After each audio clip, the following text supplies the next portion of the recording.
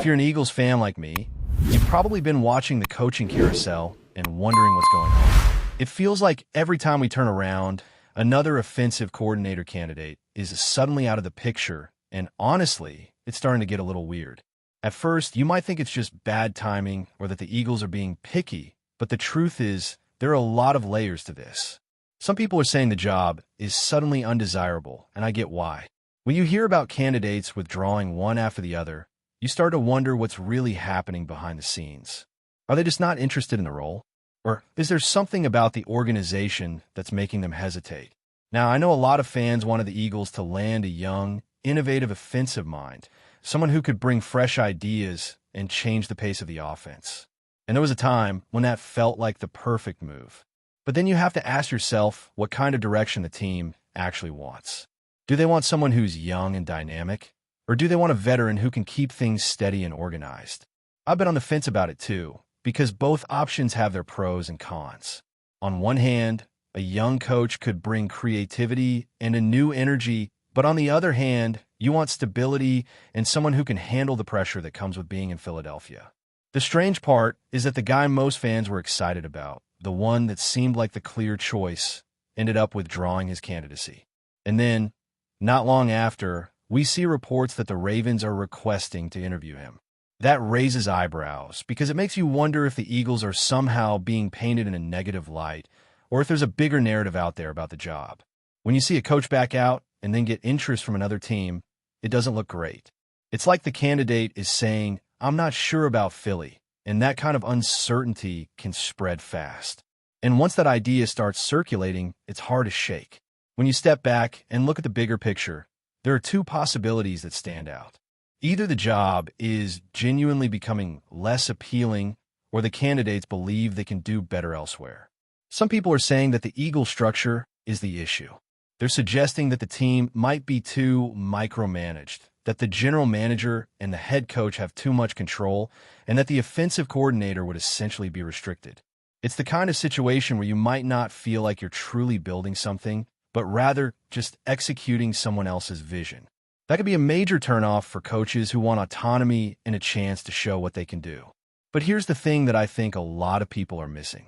There's also the possibility that some candidates are looking at this job and thinking about the future.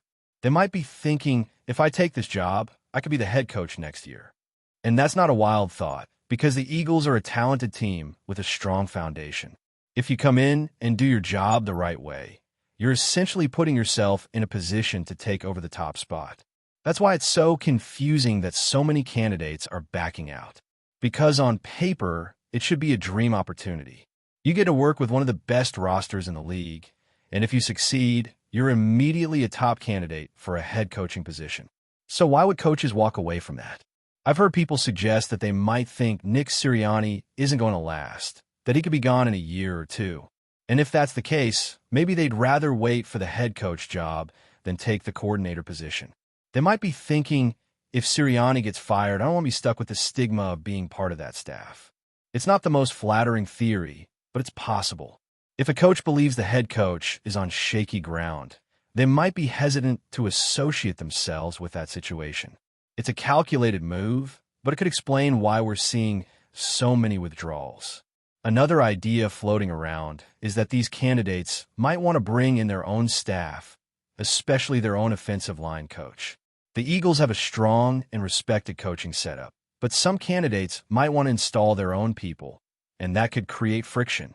If you're coming in as an offensive coordinator, you want to build a system that you trust. And if you feel like you're going to be forced to work with coaches you didn't choose, that could be a problem. Some of these coaches might want a clean slate. And if they don't feel like they'll get that, they might decide it's not worth it. That's the kind of thing that could make the job feel less attractive, even if the team itself is solid.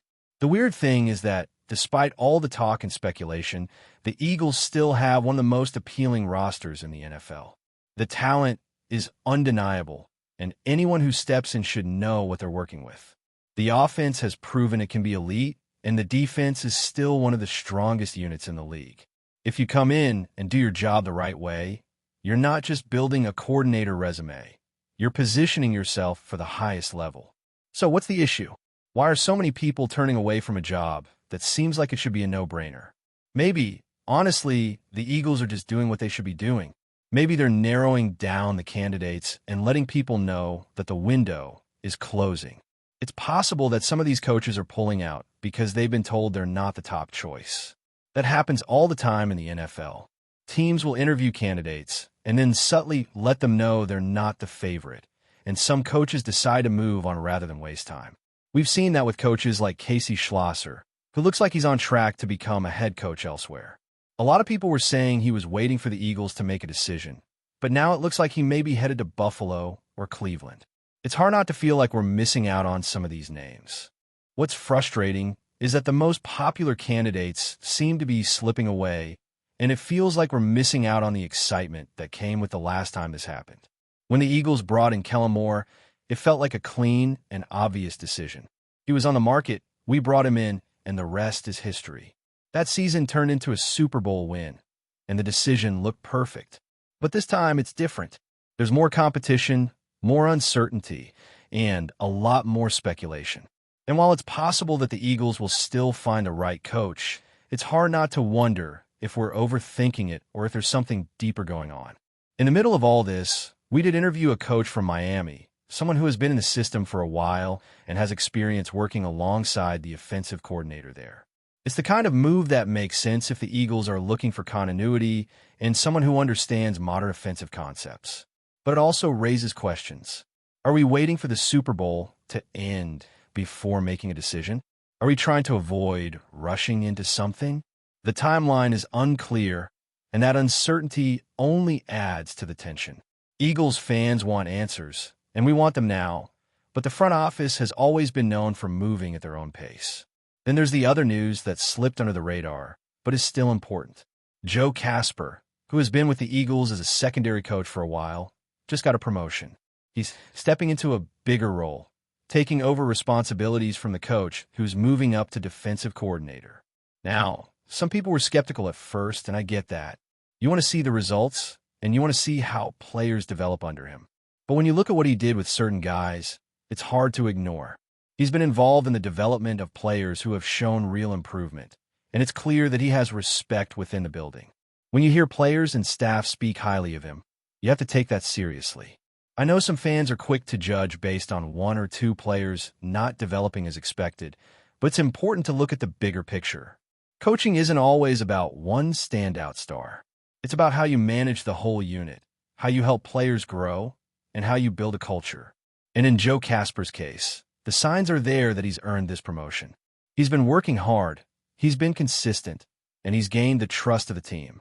That's not something you can just manufacture. It's earned. And if he continues to do well, this could be a stepping stone to even bigger roles in the NFL. Now, one of the things that really stands out to me in all of this is the way people are trying to pin everything on Jalen Hurts. It feels like every time something goes wrong or some coach backs out, the blame automatically shifts to the quarterback. And honestly, that's not fair. Jalen Hurts is coming off a Super Bowl winning season, and that alone should give you some perspective.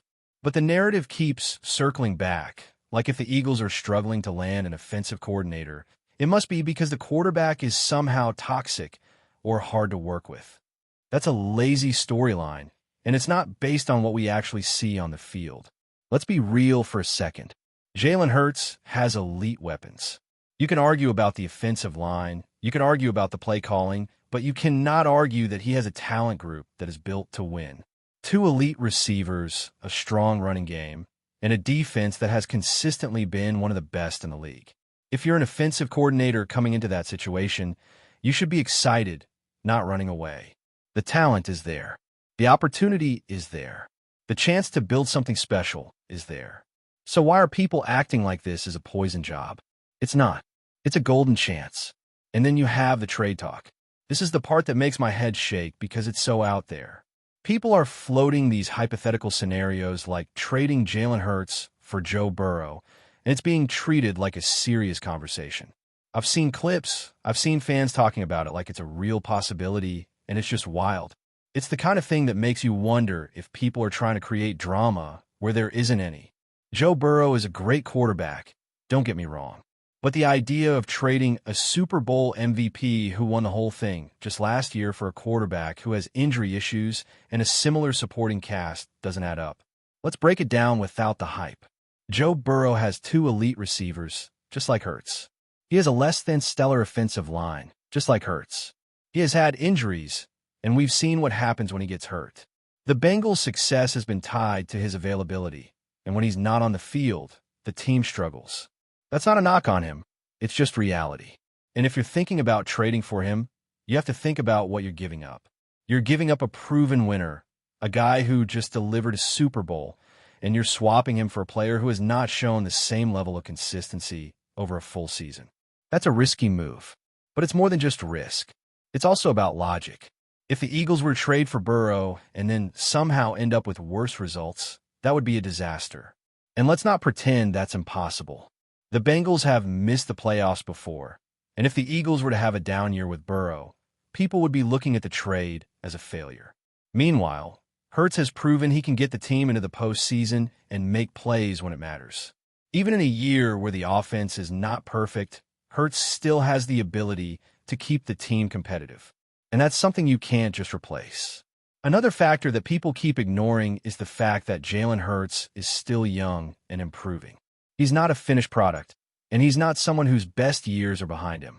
He's still in his prime, and he's still getting better. The narrative that he's somehow not worth building around is ridiculous. You don't win a Super Bowl and then suddenly become a problem. That's not how this works. And the idea that we should just trade him away because of some media narrative or because people want to create controversy is honestly frustrating. It feels like people are looking for a reason to be negative. The trade scenario also brings up another question that nobody seems to want to talk about. What about A.J. Brown?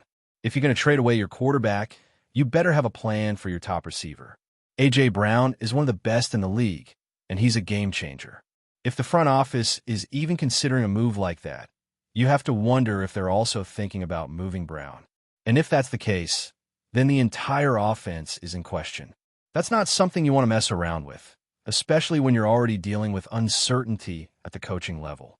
The last thing you want is to shake up the core of the team when you're trying to build continuity. Before we continue, don't forget to subscribe to our channel and give this video a like. Your support helps us keep delivering the latest updates on our Philadelphia Eagles. And don't be shy. Share your thoughts on the news in the comments below. Laughter echoed across sports media circles after Stephen A. Smith was seen reacting with disbelief and irony to the latest wave of turmoil surrounding the Philadelphia Eagles. According to people close to the situation, Smith did not hide his amusement, repeating a familiar refrain. He had warned everyone. In his view, the spotlight is finally catching up to Nick Sirianni, whom he provocatively labeled as the ultimate choker in NFL history. While the words themselves were delivered with exaggerated laughter, the undertone was serious and cutting, adding fuel to an already tense atmosphere around the franchise. Within league circles, this reaction is being interpreted less as pure entertainment and more as a reflection of how fragile the Eagles' internal narrative has become. Rumors suggest that confidence in Sirianni's leadership is quietly eroding, not just among fans, but within parts of the organization itself. Smith's comments, though hyperbolic by design, seem to echo private doubts that have been circulating behind closed doors. Executives around the league reportedly see a coach struggling to manage expectations, pressure, and consistency when it matters most. The Eagles, once viewed as a stable and forward-looking powerhouse, are now being discussed as a team flirting with an identity crisis.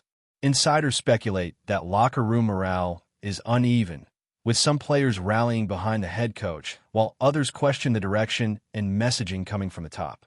Smith's public laughter, exaggerated as it may be, symbolizes a broader skepticism that is becoming harder to ignore.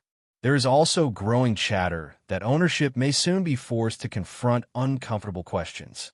Is Sirianni still the long-term answer, or has the window of belief already started to close?